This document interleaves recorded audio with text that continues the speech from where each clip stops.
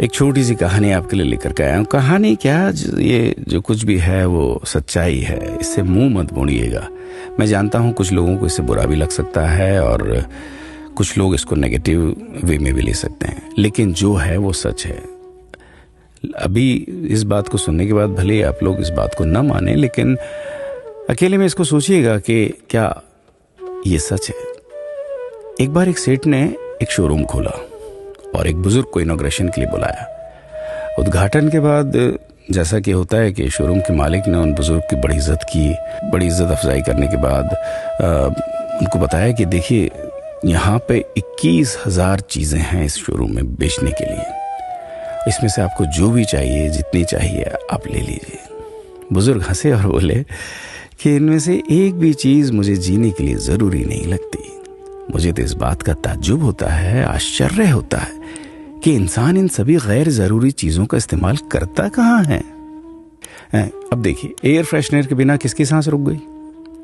Face wash का इस्तेमाल नहीं किया तो कौन काला हो गया? होम थिएटर लाकर कितने लोग कलाकार बन गए? कंडीशनर से किसके बाल मुलायम और काले हुए हैं? अरे, जो डाइनिंग टेबल यूज करते हैं, क्या उनके घुटने नहीं दुखते?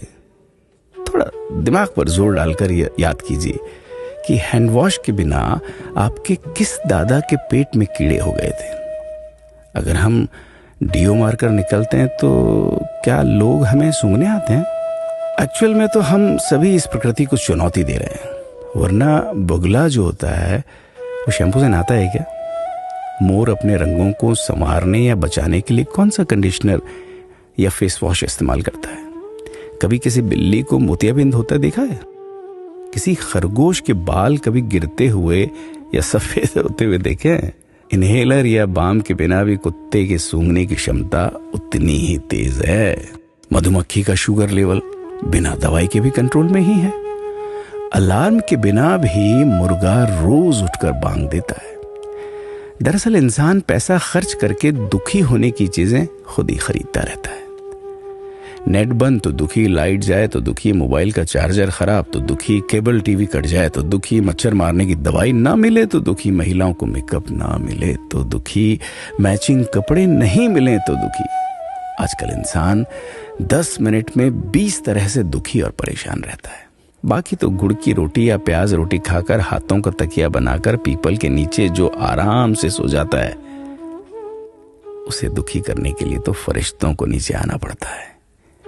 ये सब देखा देखी का खेल है। सच तो यह है कि सुखी रहने के लिए बहुत कम खर्चा होता है, लेकिन दूसरों को दिखाने में कि मैं कितना सुखी हूं, इसी में बहुत ज्यादा खर्चा होता है। जैसे जैसे सुविधाएं बढ़ रही हैं, दुखी होने के रास्ते भी खुलते जा रहे हैं। अगर आपको ये सब सच लगता है तो लोगों को जागृत कीजिए और फिजूल खर्च से बचाइए। दोस्तों, खुद सुखी होने के लिए खर्च कीजिए, दूसरों को दिखाने के लिए नहीं। हाँ, लेकिन अपना ख्याल रखिएगा।